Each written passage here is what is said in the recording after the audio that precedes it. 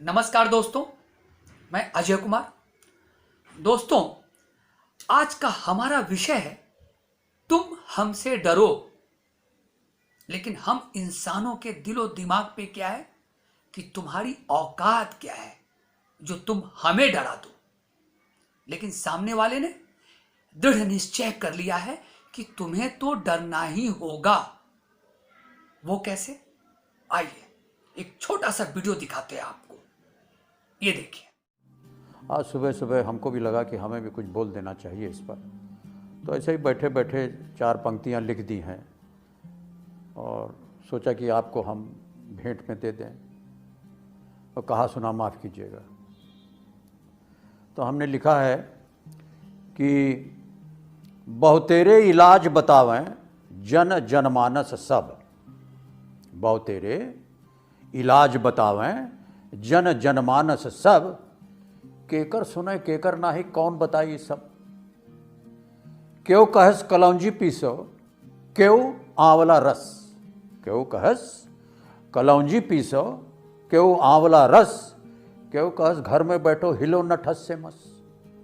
अब ईर कहन और बीर कहन कि ऐसा कुछ भी करो ना, ईर कहन और बीर कहन कि ऐसा कुछ भी करो ना, बिन साबुन के हाथ धोई के केहू का भैया छुओ ना।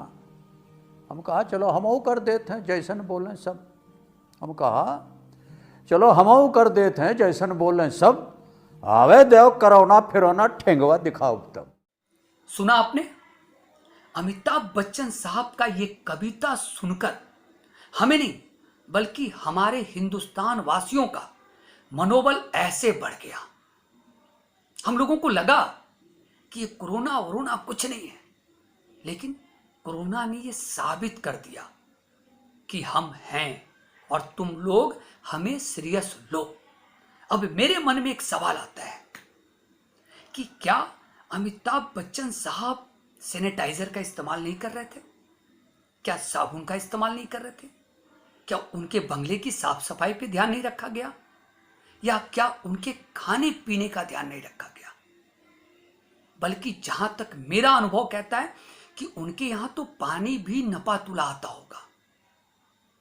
फिर वे कैसे संक्रमित हुए? या उनके बॉडी में इम्यूनिटी की कमी हुई? क्या हो सकता है?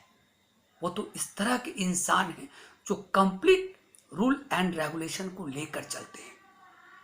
वो सरकार की बात सुनते हैं, वो पब्लिक की बात सुनते हैं, वो समाचार देखते हैं। इसके बावजूद कोरोना उनके बंगले तक पहुंचा।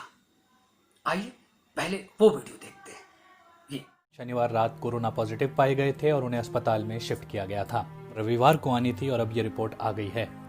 महाराष्ट्र के स्वास्थ्य मंत्री ने रविवार दोपहर को जानकारी दी कि अभिषेक बच्चन की पत्नी ऐश्वर्या राय बच्चन और उनकी बेटी आराध्या बच्चन भी कोरोना पॉजिटिव पाई गई हैं। अमिताभ बच्चन की पत्नी जया बच्चन का भी कोरोना टेस्ट किया गया था, लेकिन उनकी रिपोर्ट नेगेटिव आई है। देखा आपने? अमिताभ बच्चन साहब, अभिषेक बच्चन साहब, ऐश्वर्या मैम, बेटी आराध्या, एक्सेप्ट जया मैम, बाकी चारों लोग कोरोना पॉजिटिव पाए गए। अब मेरा पर्सनल ओपिनियन ये है कि कोरोना जब से हिंदुस्तान में एंट्री की होगी तब से आज तक अमिताभ बच्चन साहब किसी से हाथ तक नहीं मिलाए होंगे। फिर उनके बंगले तक कोरोना पहुंची कैसे? क्या है ये कोरोना की परिभाषा? बल्कि मैं क्या, मुझे तो ये लगता है कि विश्व का कोई भी देश आज कोरोना की परिभाषा नहीं बता सकता। तो आइए इस पे मैं आपको एक छोटा सा वीडियो दिखाता हूं, ये देखिए। प्रवासी मजदूरों के घर जाने की ये खुशी और कोरोना संकट में सोनू सूद की ये हिम्मत, ये सब देखकर एक बार के लिए तो कोई भी इमोशनल हो जाए। लेकिन ये सारा सीन सोनू सूद की फिल्म का हिस्सा नहीं है, बल्कि आज वो असल जिंदगी में एक हीरो की भूमिका निभा रहे हैं।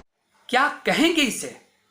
सोनू सूद साहब भीड़ में रोड पे मजदूरों को उनके घर पहुंचाने का काम किया।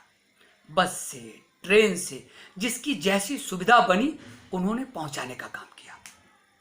क्या लोग उनसे टच नहीं हुए होंगे या लोगों में वे टच नहीं हुए होंगे? बिल्कुल हुए हैं, लेकिन अभी तक उनके बारे में नहीं सुना। भगवान ना करे किसी को हो।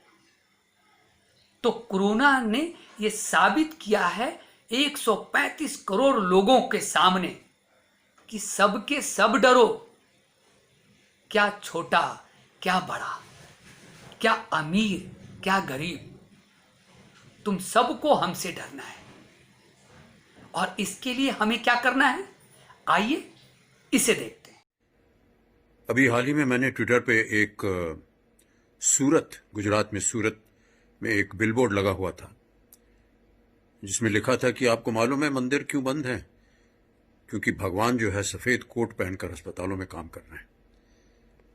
आप जितने भी डॉक्टर्स, नर्सेस और जितने भी हॉस्पिटल्स में काम कर रहे हैं, आप सब में एक ईश्वर का रूप है।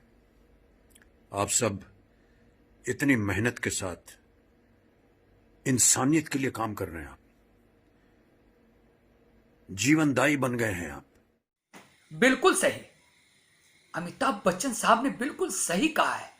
डॉक्टर, नर्स, हॉस्पिटल के सारे स्टाफ, यहां तक कि पुलिस, प्रशासन, सफाई कर्मी, आज सभी में भगवान का रूप देखा जा सकता है। लेकिन कुछ लोग कोरोना को अपना बिजनेस समझ लिया है। मैं उन लोगों से ये कहना चाहूंगा कि प्लीज आप पूरी ईमानदारी के साथ काम करें, वरना इंसान का तो नहीं कह सकता, भगवान आपको माफ नहीं करेंगे। और इसी के साथ मैं अपनी बात को खत्म करता हूं। जय हिंद, जय भारत।